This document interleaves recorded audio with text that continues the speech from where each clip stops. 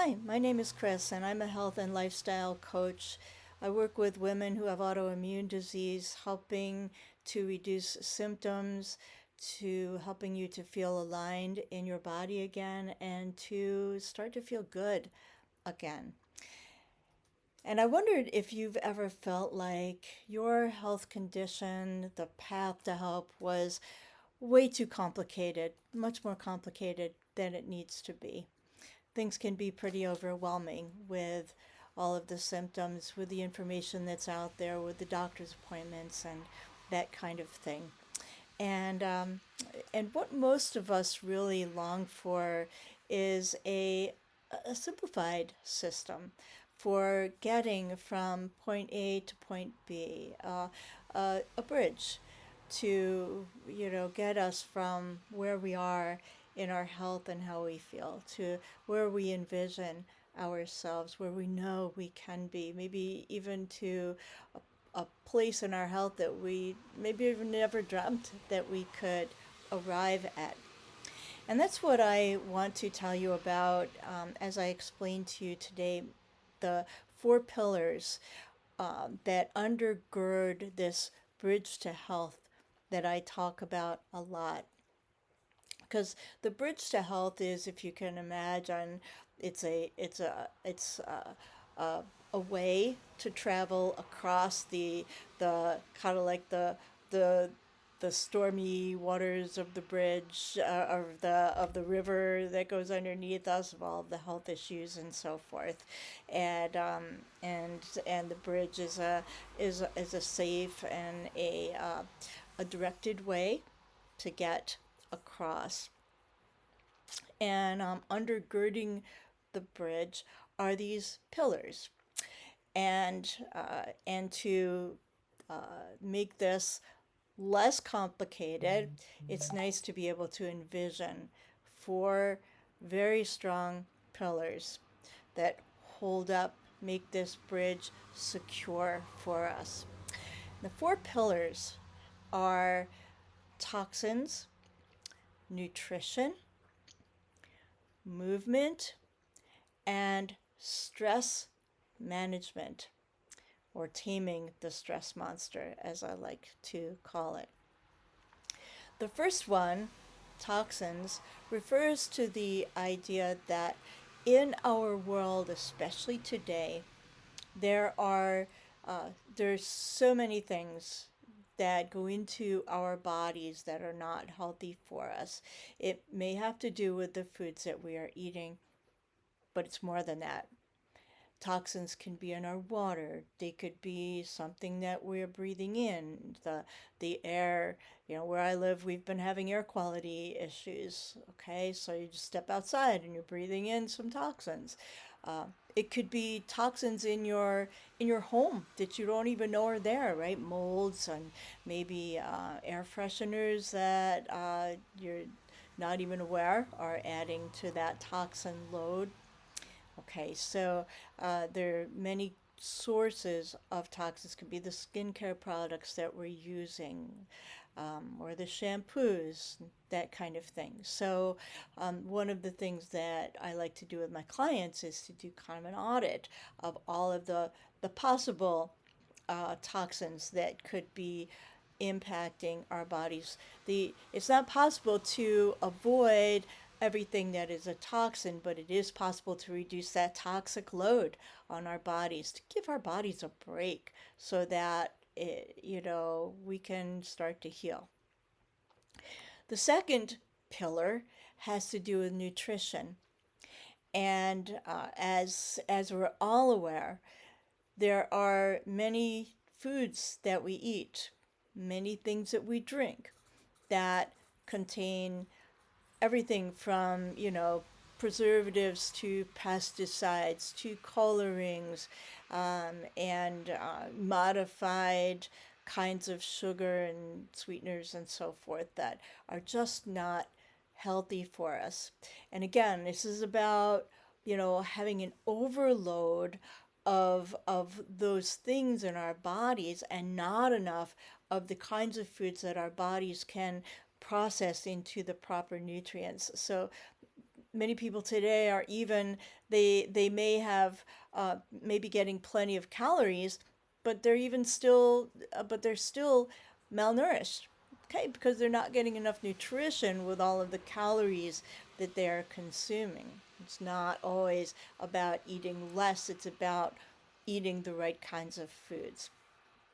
And for different health conditions, there are different foods that we can incorporate. So when you are dealing with autoimmune disease, one of the things you want to be doing is to reduce the inflammatory triggers.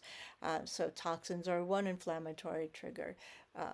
The certain kinds of foods that we eat, or things that are in ingredients that are in our foods, can increase inflammation.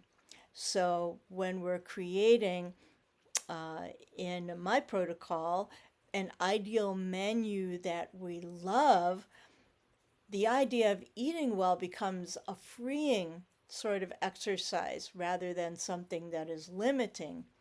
And we're building uh, a way of eating and kinds of foods that we will enjoy eating, that will also make us feel great and also help us to heal our bodies. The third pillar is all about movement. Now, movement can help reduce inflammation by helping things to flow better. So, for example, when we move, when we exercise, when we walk, we are helping our lymph system to function more efficiently, which helps to move toxins out of our body. We are helping our circulatory system work more efficiently so that nutrients and oxygen can get uh, to the farthest reaches of our bodies, our hands and our feet and our brain, and throughout our body, our gut and our heart. And we um,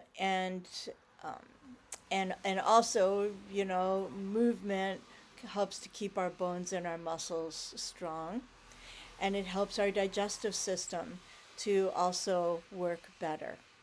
So, for all of those reasons, movement is an important pillar. And in in when I work with clients, we always start with where you're at. You may not be ready to run a marathon and work out, for 2 hours at the gym, right? But one step at a time, one step at a time, and you are able to start moving. And the more you move, the better you will feel. The better you feel, the more limber and strong you feel, the more you will be able to move, and then the healthier you will become. The fourth pillar is all about stress, and this is really something that is not given enough attention. This is one of the most important. I have worked with clients who started with me thinking that after years of trying different kinds of foods and um, different kinds of supplements and getting rid of toxins and so forth, they come and they're saying, I just need help figuring out what supplements I should be taking, because I'm taking all of these things and I don't know what ones are helping or if any of them are helping. And as we work together, we come to discover that the big area that hasn't been addressed is the stress overload. And it's interesting, the National Institute of Health published a study in 2022, asserting that that chronic stress, and especially um, childhood chronic stress, is a major factor in the develop of autoimmune disease. And for so many reasons, we see the impact of stress on our health, right? And so it makes sense that um, that it would one of the ways it would show up would be in an autoimmune condition. So many people who can identify that they had maybe a traumatic event in their life, the death of a partner, or a major accident or surgery, or a major illness, and soon after that they developed an autoimmune disease. Well, they were diagnosed with an autoimmune disease. One factor that we sometimes don't take into account is for many people that stress overload began in childhood. There were studies done many years ago on adverse childhood experiences, the ACE studies, ACE, that show the impact of chronic childhood stress and trauma on physical and mental health. And so this is just further evidence that for those of us who have autoimmune disease, um, many can also look back and see how that stress overload began when they were too young to be able to even manage that kind of stress, right? Okay, so one of the big areas of attention that I focus on with my clients is, again, kind of taking an audit of the different times when stress began to build up, and that unresolved stress and trauma, and we start working on resolving some of those things, working energetically and with some stress relieving coping techniques, and to both reduce the amount of stress that's in our current lives, part of which is caused by the immune disease and all the other complex health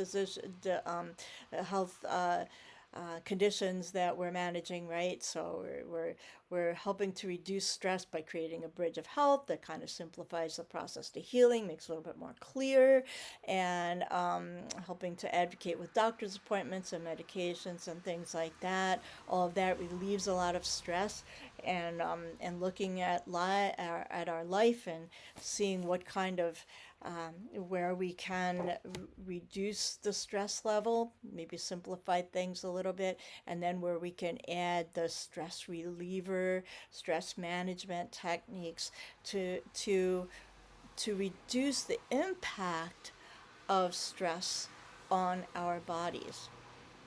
So that's the four pillars to underneath the bridge to healing in my protocol. If you'd like to know more, just please send me a message. You can find me on social media, ask about my Facebook page, and I look forward to hearing from you. Okay, wishing you a beautiful day.